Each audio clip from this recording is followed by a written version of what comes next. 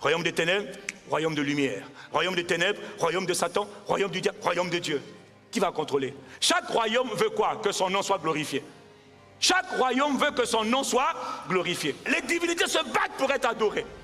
Les divinités des seigneurs, c'est la guerre. Mais ce ne sont pas des dieux de par nature. Il y en a un seul qui est Dieu. Et ils sont sur sa terre. Mais sur sa terre, il y a ses enfants. Ses enfants cherchent autre chose.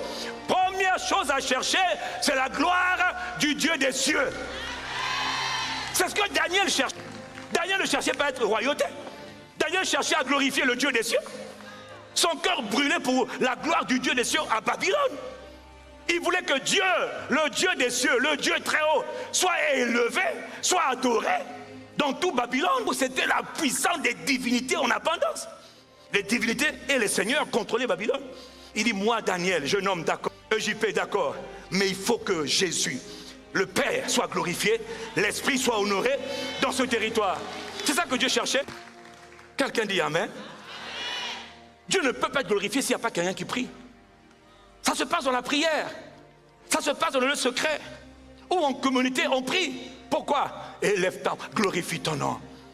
La Bible dit, Élie était un homme de la même nature que nous. Élie priait pourquoi? Pour que l'on sache que toi tu es Dieu. Le point de prière d'Élie, que l'on sache que toi tu es Dieu. Toi qui as créé les cieux et la terre. Tu es le Dieu d'Israël.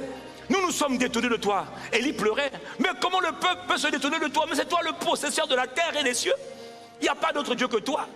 Débrouille-toi. Lève-toi.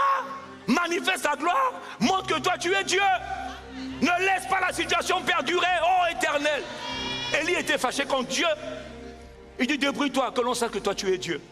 Que l'on sache que tu es Dieu. Que l'on sache que tu es Dieu. 1, la gloire. Et puis 2, manifeste ton règne. Pourquoi? Parce que là où Dieu ne règne pas, la maladie règne, la pauvreté règne, tu as vu, domine. La mort prématurée règne. Les malédictions, tout le monde en prend. Les infirmités, tout le monde est touché. Là où Dieu ne règne pas, Satan règne par défaut. C'est normal. Donc quelqu'un doit ramener un autre règne. T'as mort de manière prématurée. Tout le monde pleure. Il dit, mais c'est pas son temps. C'est pas son heure. Dans mon calendrier, c'est pas son heure. Jésus dit, je veux le ressusciter alors. Il dit, attends. 4e jour, il dit, va. Jésus dit, ok, je vais. Quand il arrive, il dit, oh Lazare, c'est pas ton heure. Là, il y a le règne de la mort prématurée. Père m'a envoyé. Il dit, Père, je te rends grâce. C'est pas ta volonté. Je suis venu pour corriger ce qui était. Lazare, sors. Terminé. Lazare est sorti. Et qui a pris la place? La vie. La mort vient de dire, aïe, la mort n'a jamais été aussi humiliée. C'est le plus grand miracle de Jésus. Ou plutôt le plus spectaculaire. L'humiliation de la mort. Or la mort, c'est le dernier ennemi. La mort, c'est le plus orgueilleux. Les esprits de la mort, ils sont orgueilleux quand ils te tiennent une victime. Ah. Oh là là, on prend du champagne. Et ils prennent le sang. On a pris son sang dans la calebasse, prenons le sang. Parce que chaque sang versé renforce leur puissance. Oui.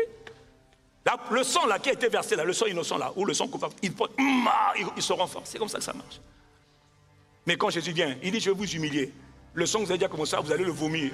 Lazare sort. Lazare est sorti. La mort a été humiliée. Pourquoi? Le règne de la mort a été neutralisé et remplacé par le règne de la vie. Oh, gloire à Jésus. Oh. Quel est mon point? Quel est mon point? Une des raisons pour lesquelles le Saint-Esprit descend avec puissance, c'est quand il trouve un cœur qui dit, il faut que tu sois connu. Il faut que l'on te connaisse.